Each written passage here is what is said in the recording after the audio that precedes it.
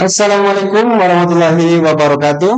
Halo Sobat Riset, selamat datang kembali di Ramadan Research Corner.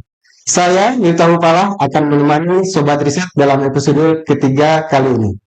Seperti biasa, di podcast kita akan berdiskusi hasil penelitian yang inspiratif, aplikatif, dan relevan dengan kebutuhan masyarakat.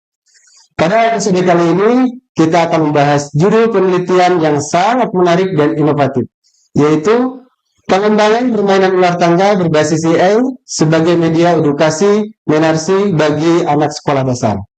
Yang mana penelitian ini yaitu sebuah penelitian yang memadukan edukasi kesehatan reproduksi anak remaja dengan pendekatan permainan yang dikembangkan menggunakan teknologi artificial intelligence. Dan telah hadir bersama kita narasumber yang sangat luar biasa, Ibu Neni Nuraini, Magister Keperawatan dan Spesialis Keperawatan Maternitas, yaitu dosen sekaligus peneliti sekaligus Rektor Universitas Muhammadiyah Tasikmalaya. Assalamualaikum Ibu Neni. Waalaikumsalam warahmatullahi wabarakatuh. Alhamdulillah. Terima kasih sudah berkenan hadir dengan kesibukan Ibu bisa hadir di acara Ramadan Research Corner kita kali ini. Ibu Neni sebagai dosen, kemudian Ibu sebagai peneliti, sekaligus Ibu sebagai rektor. Ya, tentu memiliki tanggung jawab yang sangat besar. Kemudian membutuhkan waktu juga yang sangat efektif gitu ya untuk melakukan sebuah penelitian. Apa Bu yang membuat Ibu ini konsisten dalam melakukan riset dengan beban pekerjaan yang tinggi gitu? Ya, oke, terima kasih Pak Miftah. Halo Sobat Riset ya, oke. Oke, selamat sore sahabat riset. Alhamdulillah, terima kasih Pak Miftah telah diundang di sini. Paling tidak saya bisa men-share apa yang sudah saya teliti. Oke, tadi kenapa sih gitu ya waktu yang istilahnya kalau dibilang enggak juga di waktu yang riuh mungkin ya, padat gitu juga ya. Enggak gitu. Tapi sebetulnya gini, kalau misalkan dibilang seorang dosen, memang tugasnya adalah mengajar, meneliti, dan melakukan pengabdian pada masyarakat. Tentunya kalau di PTMA itu mengintegrasikan juga Al-Islam dan Kemuhammadiyahan. Nah, salah satu daripada tugas dosen itu adalah meneliti, dan saya sendiri adalah sebagai dosen. Kalau dosen itu dibilang profesi yang seumur hidup mungkin, ya. Tidak ada hentinya untuk melakukan penelitian. Kalaupun misalkan sekarang diberi jabatan amanah gitu ya sebagai dosen tambahan, itu sementara pamit. Jadi kalaupun misalkan berakhirnya jabatan, itu ya sudah nggak ada yang kita tanggung amanah itu sudah selesai. Tapi kalau dosen saya kira itu nggak ada berhentinya. Jadi kalau suatu saat saya berhenti menjadi rektor pun, kalau dosen kan itu sudah terus-terusan gitu seumur hidup. Dan kalaupun saat ini kalau di laporan PKD ya, kita tahu kalau yang dosen tambahan itu sebetulnya penelitian Pengmas bisa nol, itu jadi diuntungkan. Tapi kalau suatu saat saya jadi dosen, masa saya jadi nol? Saya nggak bisa naik jabatan untuk akademik berikutnya. Nah, mudah-mudahan ya di waktu-waktu ya istilahnya padat pun kita berusaha untuk melakukan penelitian ini. Itu sih sebetulnya dari tugas dosen saja.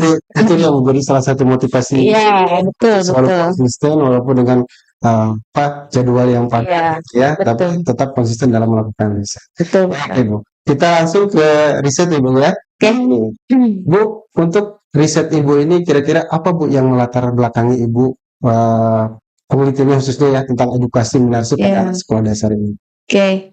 Yang melatar belakangnya sebetulnya panjang Pak Mif, kalau mau kalau panjang gitu ya. Pernah dengar nggak di berita disampaikan kalau nggak salah di YouTube ataupun juga di pemberitaan di TV itu ada seorang bapak yang dimana membawa anaknya ke rumah sakit. Oh iya. Karena ada pendarahan di daerah kemaluannya gitu kan.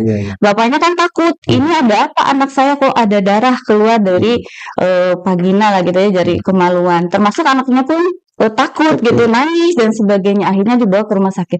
Ketika dicek di rumah sakit, ternyata bukan karena kecelakaan dan sebagainya, tapi itu adalah mens. Kalau masih kecil. Kalau saya usia 10 tahun gitu, berapa gitu ya. Nah, akhirnya dari situ seorang orang tua gitu. Kebetulan pada saat itu orang tuanya sudah cerai, sehingga yang dia bersama dengan bapaknya. Kan bapaknya nggak tahu, mungkinnya perempuan kan, kami itu punya anak perempuan kan. Nah, perempuan itu disebut sebagai kebalik atau pubertas itu salah satunya adalah mengalami menstruasi pertama kali, yaitu yang disebut dengan menars. Nah, sehingga dari situ saya punya pemahaman bahwa ini orang tua maupun anak perlu diberikan sebuah informasi, karena anak menjadi ketakutan. Contoh kan yang tadi dia nangis, takut, bingung, apa ini, kenapa harus ada darah keluar dari kemaluan gitu kan. Nah, kalau kurangnya informasi dari orang tua ataupun dari keluarga ataupun mungkin paling tidak guru, itu pun akan menjadi anak menjadi cemas gitu, kemudian bingung.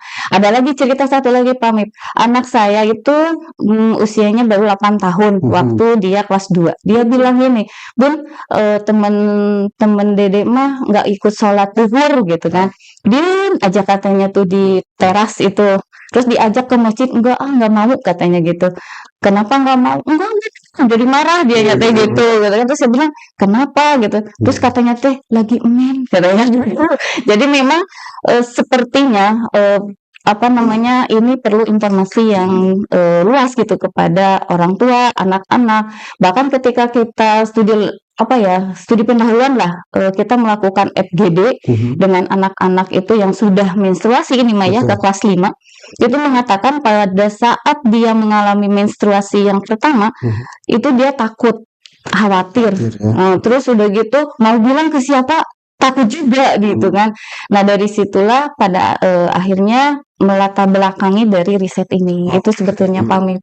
Betul. Berarti karena kalau zaman dahulu mungkin Bu yang menarse itu udah gede-gede ya. Jadi kalau sekarang masih kecil, faktor yang mempengaruhi kira-kira Bu.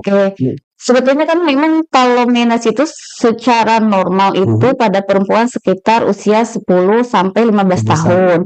Tapi rata-rata anak-anak itu ada yang 11 sampai 12 tahun. Bahkan kalau sekarang ada yang sampai dini itu 9 tahun aja dia sudah menstruasi. Memang banyak faktornya. Satu dari nutrisi, kemudian dari hormon-hormon yang ada di dalam tubuhnya. Bahkan ada juga udah usia 15 tahun dia belum pernah mens. Mens yang pertama itu dia belum pernah merasakan itu. Nah, jadi faktornya salah satunya adalah di nutrisi, kemudian juga hormon, lingkungan juga akan mempengaruhi itu gitu. Jadi Bu, kalau kita berbicara menarse ini kan masih sensitif ya Bu di masyarakat. Nah, kira-kira Bu, mengapa edukasi tentang menarse ini penting diberikan kepada usia dini? Kalau melihat tadi gitu ya, perkembangan yang tadi saya sampaikan berbicara terkait dengan kenapa melatar belakangi penelitian ini, ya itu tadi karena memang tabu ya. Bahasanya itu kalau bahasa kita tuh tabu kalau ngomongin terkait dengan menarse gitu. Untuk apa sih gitu kan, seperti itu. Nah, sebetulnya sih itu harusnya si orang tua harus bisa memberikan pemahaman terkait dengan seorang perempuan itu pasti akan mengalami hal yang seperti ini. Contoh lah, pubertas itu mungkin tahunya nanti akan tumbuh payudara gitu kan, laki-laki tumbuh jagung gitu kan. Nah, perempuan ada salah satunya adalah menarse juga. Nah, sehingga untuk pemahaman informasi itu harus itu karena tadi untuk mencegah terjadinya kecemasan, kebingungan pada anak, ketakutan pada anak, dan itu adalah hal yang wajar dialami oleh seorang anak perempuan gitu. Ya pokoknya yang akhir balik itu pasti akan mengalami itu gitu, dan itu normal, fisiologis lah kalau bahasa ininya. Kemudian Bu, dari pengamatan Ibu ya, bagaimana ini kesiapan anak-anak saat ini, Bu? Misalnya dalam fase tersebut, mereka sudah siap, kesiapannya seperti apa, Bu? Oke. Penelitian ini sebetulnya juga saya hubungkan gitu ya. Penelitian ini dihubungkan dengan penelitian sebelumnya tahun 2024 kalau nggak salah, waktu itu 23, 24. Waktu itu adalah penelitiannya kesiapan anak dalam menghadapi menarche. Dan di sana disampaikan bahwa ternyata anak-anak di usia sebelum 10 tahun itu dia mengalami ketidaksiapan. Nah, seperti contoh yang tadi. Betul. Nanti kalau misalkan kalau darah itu keluar kenapa? Terus nanti kalau misalkan darahnya keluar harus digimanain? Harus aja harus dilakukan. Nah, itu artinya di sana dia belum siap dengan secara psikologisnya gitu. Walaupun sebetulnya di beberapa supermarket lah sekarang sudah ada yang namanya pembalut dan sebagainya kalau misalnya nanti ada mens gitu ya. Tapi di awal itu yang paling ini adalah psikologis anak yang perlu dibangun, bahwa ini tuh adalah yang tadi terjadi karena normal. Itu siklus yang normal gitu. Yang tidak normal. Ya, bukan yang patologi. Ya, betul. Karena itu menandakan bahwa fungsi reproduksinya seorang perempuan berjalan dengan berfungsi dengan baik lah gitu. Oke, Bu, di dalam riset Ibu itu ada inovasi ya, Bu ya. Iya. Ini di sini adalah ular tangga berbasis IA. Sobat riset, ini bagaimana atau bagian ya riset yang sangat menarik di dalam penelitian Ibu ya. Nah, jadi Bu, kenapa Ibu memilih ular tangga sebagai media edukasi, Bu? Oke. Kenapa ular tangga menjadi bagian ini? Melihat dari pertama usia anak. Usia anak itu 10 sampai 15 tahun itu adalah anak-anak di masa dia ingin belajar tapi juga bermain. Nah, gimana caranya supaya pembelajaran itu masuk gitu? Dengan bermain. Nah, jadi belajar sambil bermain, bahasanya seperti itu gitu ya, maka gitu. Nah, cuma memang sebetulnya di beberapa riset yang saya temukan itu sebetulnya ular tangga itu banyak, Pak Miftah. Sudah banyak digunakan, salah satunya ada untuk matematika, kemudian untuk pembelajaran budaya tuh IPS mungkin ya, ilmu pengetahuan sosial itu sudah ada. Hanya memang dia berupa permainan yang istilahnya masih dicetak gitu ya. Kemudian walaupun ada sekarang digitalnya adalah di Play Store mungkin belum ada sih di Play Store ini ya, tapi sudah ada itu gitu, sudah ada. Sehingga bagaimana caranya supaya ini bisa masuk ke dalam, tidak mesti harus di download aplikasi gitu kan. Nah, ini sebetulnya pengembangan riset ini ke depannya selain nanti AI-nya itu berupa gamifikasi atau games, tidak di Play Store tapi di web, sehingga tidak mesti harus download aplikasi, karena itu membuat satu mungkin kuota yang nggak punya kuota gitu kan. Nah, kalau di web ada kemungkinan bisa siapapun dan kapanpun bisa itu. Nah, yang kedua adalah pembelajarannya nanti si anak itu tidak mesti harus sendiri, tapi juga berkelompok. Kan kita tahu lah zaman dulu kita kalau bermain ular tangga bisa berkelompok kan. Nah, serunya adalah ketika ada ular, kena di ular, terus gitu kan. Nah, kemudian nanti kalau ada tangga berarti naik gitu kan. Nah, bagaimana caranya supaya mencapai di puncak gitu kan. Nah, itu ada di situ ada suatu motivasi dan keinginan. Tapi memang ini tuh ya Pak Miftah, ada beberapa yang memang ini cepet-cepet nih ke atas gitu ya. Tapi tanpa dibaca nih apa ininya gitu ya. Sebetulnya edukasinya ada di situ. Sebetulnya yang kita harapkan adalah di situ. Jadi memang ini pun diharapkan dengan dia bermain itu dia harus bisa membaca edukasinya itu di situ sebetulnya, Mak. Kalau dulu mungkin ya, kalau saya masih kecil dulu permainan ular tangga itu seru-seruan. Iya, betul. Ya. Ini pasti ini ada edukasinya. Ada edukasinya. Mungkin khusus anak yang remaja ini. Ya, yang mau manage itu. Bagus sekali nih Sobat Riset ya. Terus Bu, bagaimana konsep permainan ini dikembangkan hingga berbasis AI? Ini gimana Bu? Ada ini bisa muncul gimana nih? Itu tadi Pak Miftah, karena selama ini kadang ular tangganya yang kita tahu mungkin ada sih yang sudah di media sosial itu sudah ada sih. Cuma memang yang tadi aplikasi dia harus download. Oh. Nah, ini sebetulnya pengembangan berikutnya di tahun berikutnya ini baru ke web, berupa web, jadi disimpan di web gitu, nggak di, nah gitu kan, jadi bisa itu. Tapi memang ini perlu pengembangan lagi karena ada ini pun uji cobanya sampai 2 kali. Uji coba 2 kali, kemudian ada uji cobanya itu ke anak-anaknya dan juga ke guru.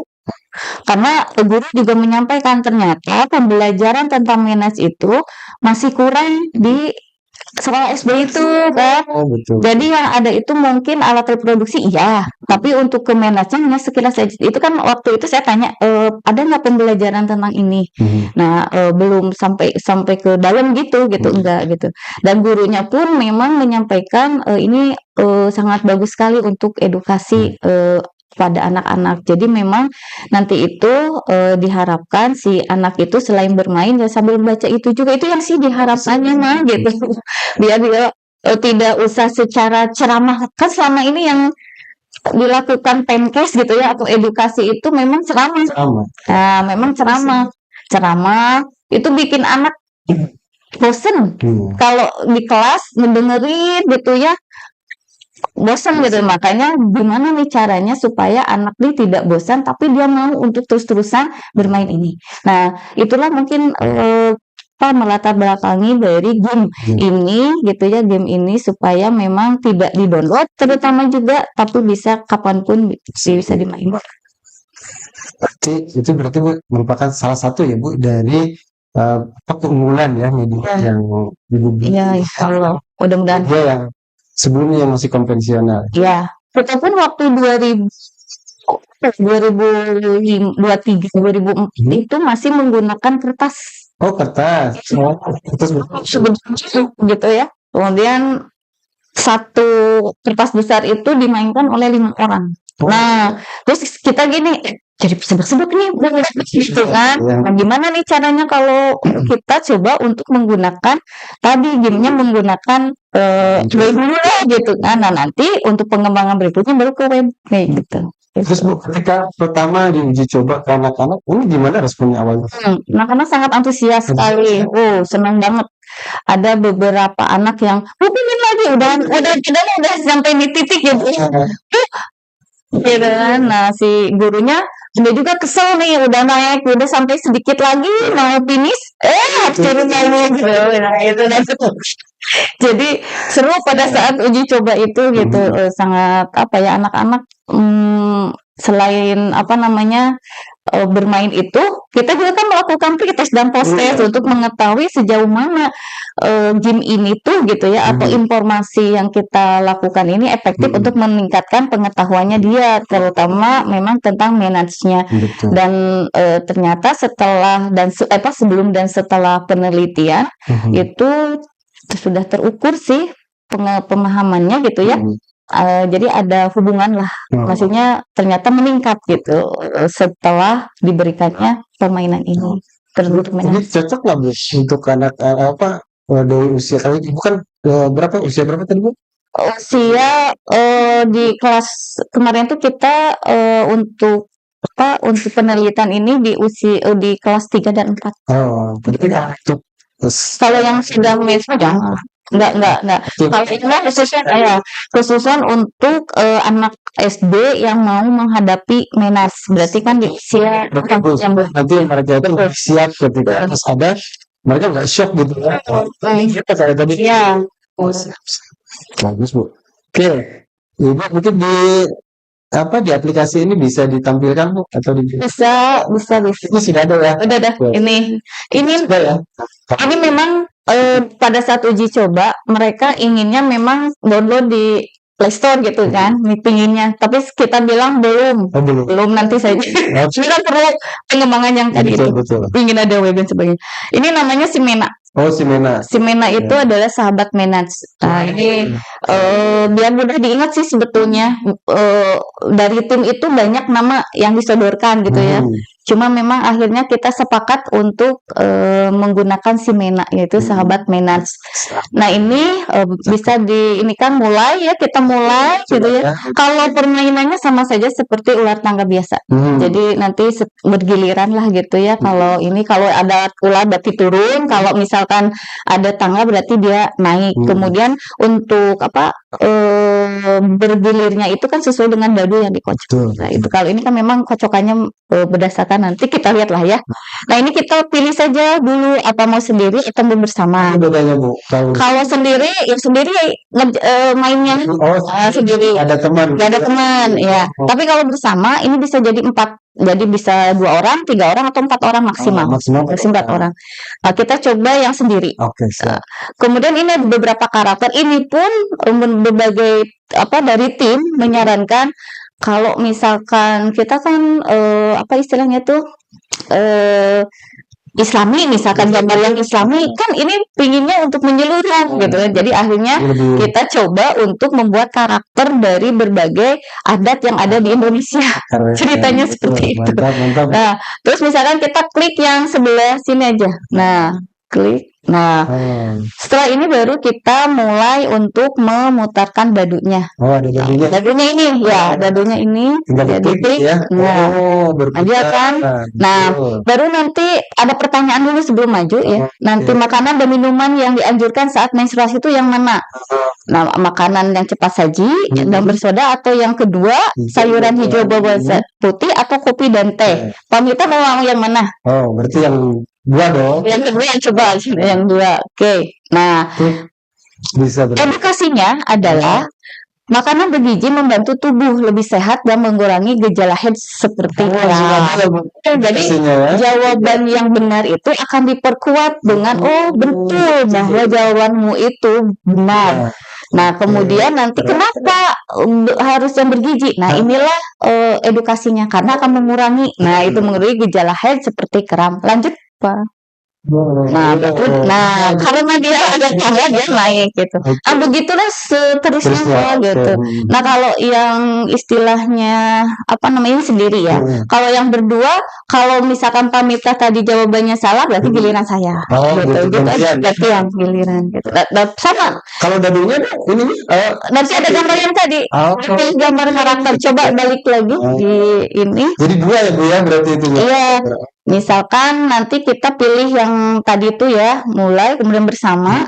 Nah, 2 pemain. Nah, misalkan 2. Nah, saya misalkan pilih yang ini. Nah, Pamita mau yang pilih yang mana? Saya yang sebelah sini, Bu. Nah, itu ada gambar 2. Jadi yang sebelah yang ada itu yang Pamita, yang itu saya. Jadi kalau ya gambar yang tadi itu pasti akan muncul 4.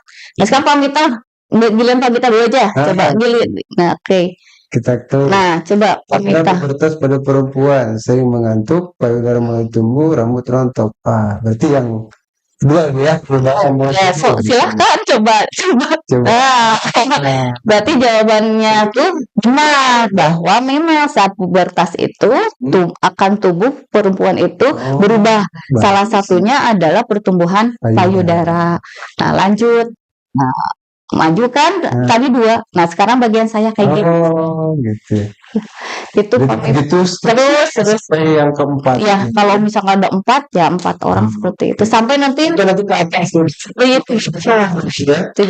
Ini pun uji cobanya ada yang meminta kan awalnya itu hanya 20 ini ya, 20 kotak gitu ya. Nah, kemudian mereka Bu, cepet banget tulisnya. Terus kalau nggak salah ular tangganya teh hanya 2 kalau nggak salah. Jadi ularnya 2, tangganya 2. Jadi itu cepat katanya. Jadi minta untuk ditambah. Jadi akhirnya kita berdasarkan uji coba tadi kita tambahkan menjadi 4. Jadi 30 ininya. Kemudian tangganya kita tambah lagi, ularnya kita tambah lagi. Nah, itu tuh hasil dari uji coba yang sengaja biar nggak terlalu cepat. Iya, katanya tuh terlalu cepat. Jadi tapi berarti kalau yang salah dia berarti nggak bisa lanjut dong. Yang salah giliran kan, giliran. Iya, giliran. Sendiri mah ya terus sendiri yang sendiri ya. Sampai nanti ke finish gitu. Keren ya. Berarti ini sampai 30 kemudian finish ya. Finish. Kira-kira durasi waktunya berapa menit Bu? Kalau biasanya nih rata-rata sampai anak yang ibu. Tergantung karena ada anak yang memang kadang amun bahasa dulu mah ya, kalau ada pertanyaan teh pakai kancing. Oh gitu. Coba kan. Nah, coba ini jadi kadang cepat tanpa dibaca yang edukasi gitu. Nah, maka kita berharapnya sambil kemarin itu tim juga melihat supaya permainannya itu dia ngeklik itu tapi dia juga baca itu. Nah, itu kadang intinya itu gitu. Supaya edukasinya kan, karena berharap bahwa permainan ular tangga ini sebagai salah satu media untuk edukasi manage gitu. Jadi tidak hanya bermain ular tangganya doang gitu, tapi ada sesuatu yang diinformasikan. Gitu. Bu, ada perubahan yang signifikan Bu ketika teman-teman mungkinnya anak-anak yang remaja ini setelah melakukan permainan ini terkait tentang pemahamannya Bu. Ada perubahan atau misalnya dia lebih siap atau bagaimana gitu? Oke. Kalau secara kognitif mungkin ya, karena memang di kita ini analisisnya kan kita mencoba sebelum dan sesudah. Jadi sebelum permainan kita melakukan tes dulu dengan pertanyaan yang sama seperti yang ada di ular tangga ini. Kemudian setelah itu kita bermainlah ular tangga. Nah, kemudian setelah bermain ular tangga kita lakukan post test kembali. Nah, bagaimana hasil dari permainan tadi gitu dan sebagainya. Dan kalau dilihat berdasarkan uji statistik yang kita lakukan, itu memang ada hubungan. Gitu, ada hubungan. Jadi artinya bahwa ada pemahaman yang meningkat setelah diberikannya game atau ular tangga ini untuk manage. Jadi ada. Cuman memang saya sih pinginnya selain kognitif juga saya harus balik lagi nih ke sekolah gitu ya, untuk memastikan si anak ini sudah match atau belum gitu kan. Nah, kalau memang sudah, apa yang kita sampaikan kemarin itu dilakukan nggak gitu. Karena di sini tuh salah satu contohnya ada ketika Anda lagi menstruasi, apa yang harus dibawa ke sekolah.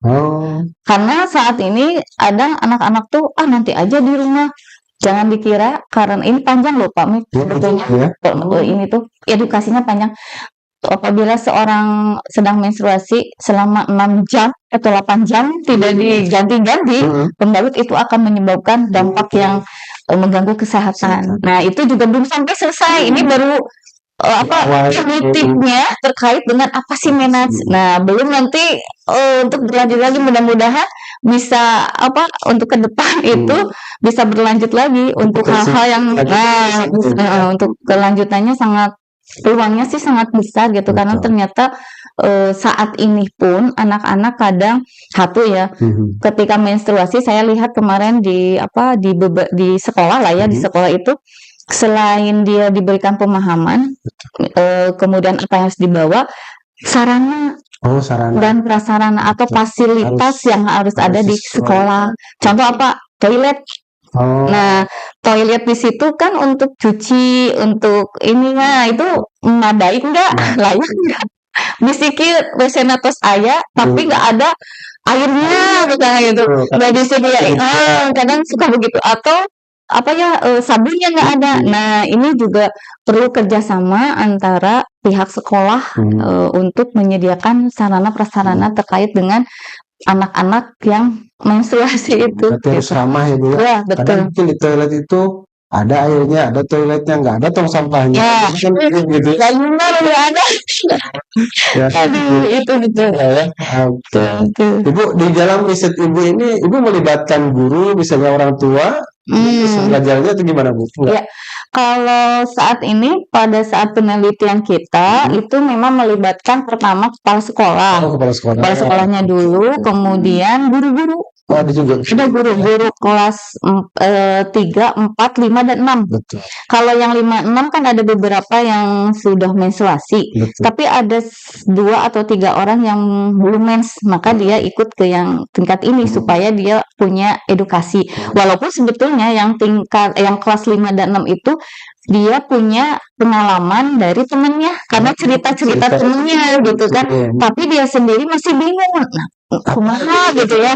Nah, akhirnya ya udah kita masukkan ke yang kelas 3 dan 4 untuk ikut ini gitu, penelitian ini. Jadi kita melibatkan tadi kepala sekolah, kemudian guru, kemudian anak-anak tadi. Betul, riset ini kalau hanya melibatkan anak saja kayaknya kurang ya Bu ya.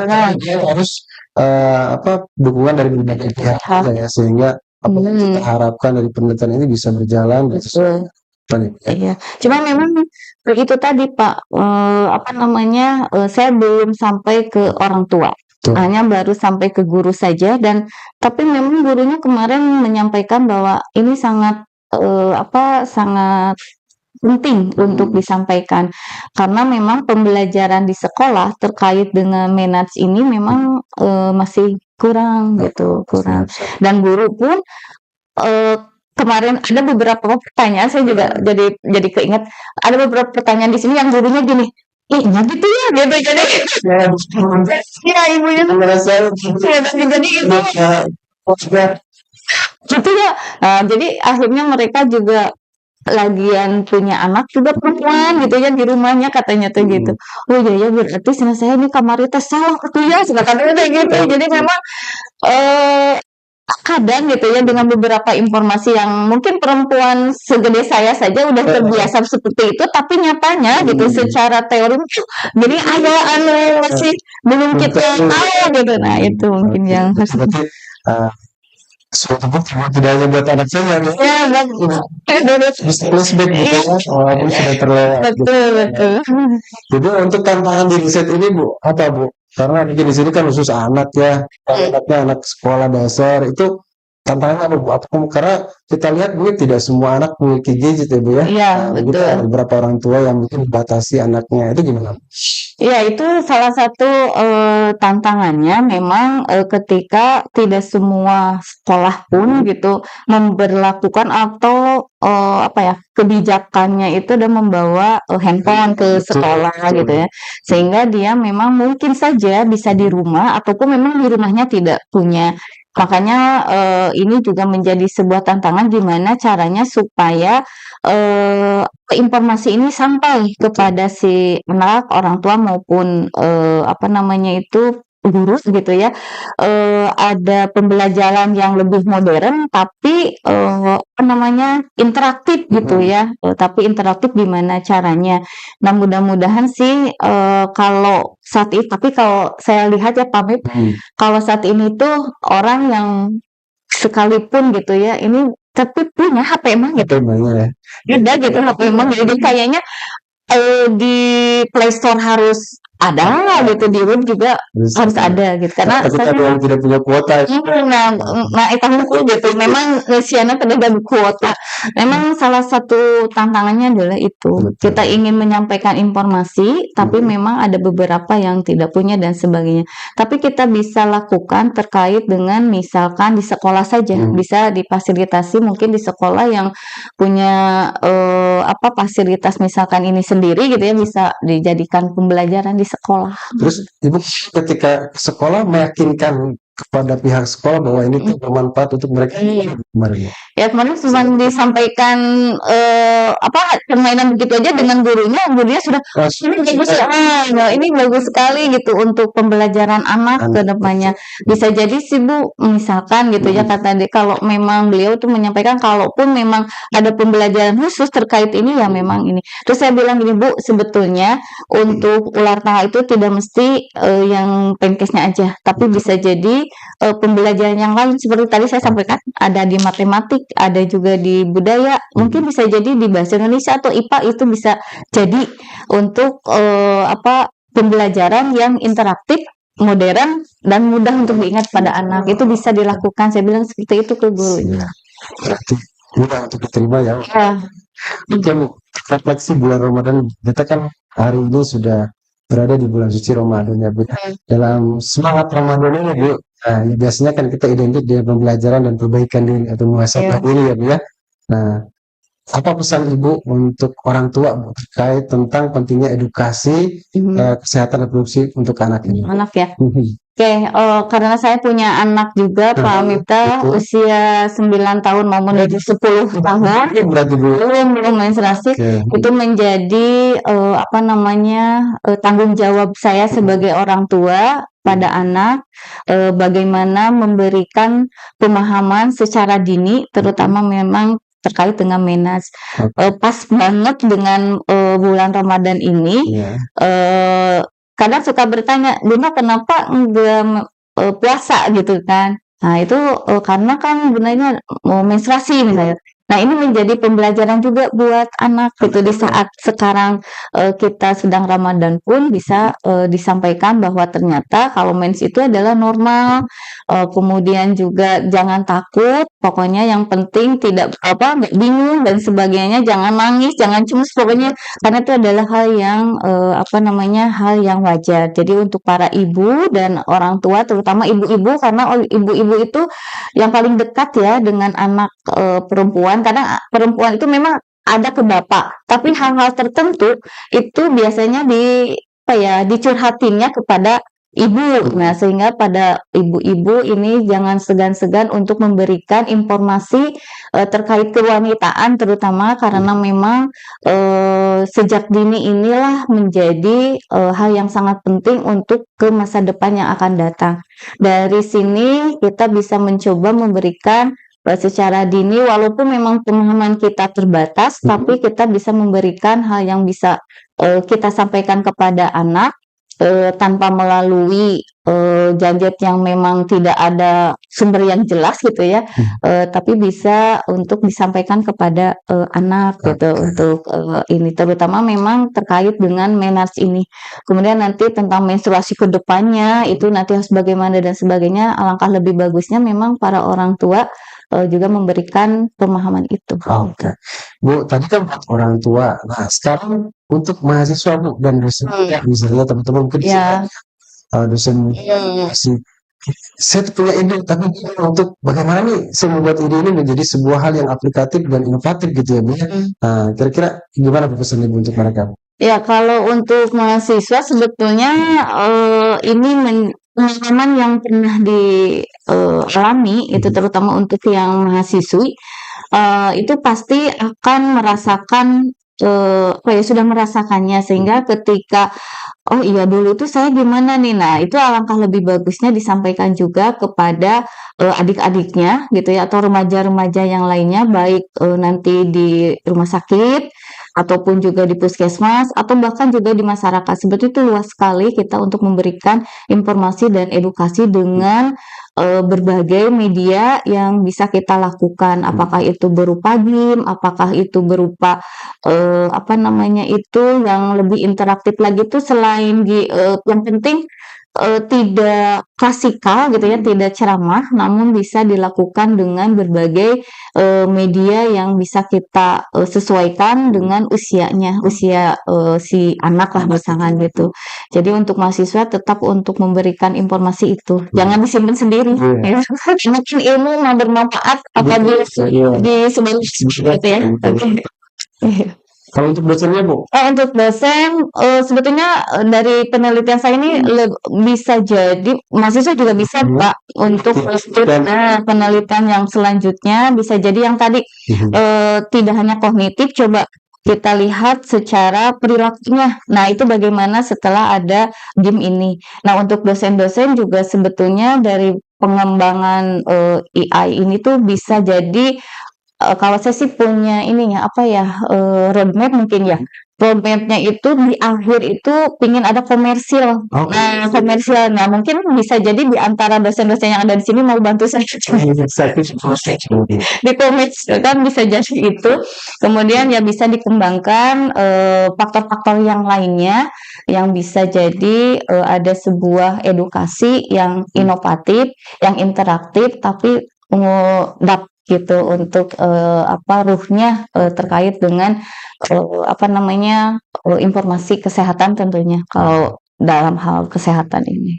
Oke, baik Sobat Riset ya. Tadi mungkin untuk teman-teman yang masih mahasiswa kemudian dosen muda tadi sudah dikasih clue oleh Ibu Neni bahwa penelitian ini masih perlu pengembangan-pengembangan ya Bu ya. Jadi ini bagus sekali buat teman-teman yang memiliki ide-ide inovatif ya bisa memberikan sentuhan inovatifnya khususnya mungkin untuk kelanjutannya bisa tadi dihilirisasi kemudian dikomersilkan. Silakan mungkin nanti bisa merapat ya. Iya boleh, Bisa menjadi silakan. tim ya Bu ya di dalam penelitian. Ini juga pamit karena saya ini bukan pakarannya di bidang ini. Tentunya memang perlu orang-orang di bidang teknologi gitu kan. Contoh misalkan mahasiswa-mahasiswa yang PTI aja kan itu bisa gitu kan sebetulnya walaupun di situ dia akan menjadi calon guru gitu kan. Nah, tapi kan nanti dia jadi guru juga kan. Nah, artinya itu bisa kita kerjasama untuk itu. Jadi mahasiswanya itu tidak mesti harus keperawatan, multidisiplin juga itu sangat Sementara di tim Ibu di tim saya ada bahkan dosen kita itu tidak hanya keperawatan gitu ya tim kita itu ada juga yang di mesin ya. kemudian juga ada yang di teknologi mahasiswanya sama dari teknologi dari PTI Betul. dari PTI ada dari mesinnya ada. Wah, otomatis kalau yang keperawatan mah ada. Tuh kan ini pentingnya di kolaborasi ya. Kadang kita tuh ada ide tapi sulit untuk mengintegrasikan di sebuah teknologi ya. Maka dengan kolaborasi ini bisa terwujud dengan nyata di dalam sebuah riset ya yang berdampak untuk masyarakat. Baik Ibu, terima kasih banyak Ibu Neni atas wawasan dan inspirasi yang sangat luar biasa pada episode kali ini. Sobat riset ya, dari diskusi ini kita belajar bahwa inovasi edukasi kesehatan reproduksi dapat dikemas secara kreatif, menyenangkan, dan tetap ilmiah melalui sentuhan pemanfaatan teknologi. Semoga episode ini bermanfaat, membuka perspektif baru bagi kita semua. Saya, Miftahul Falah, pamit undur diri. Sampai jumpa di episode Ramadan Riset Corner berikutnya. Wassalamualaikum warahmatullahi wabarakatuh. Waalaikumsalam warahmatullahi wabarakatuh. Ya, sama-sama pamit ya. Tuh nuhun. Sobat riset.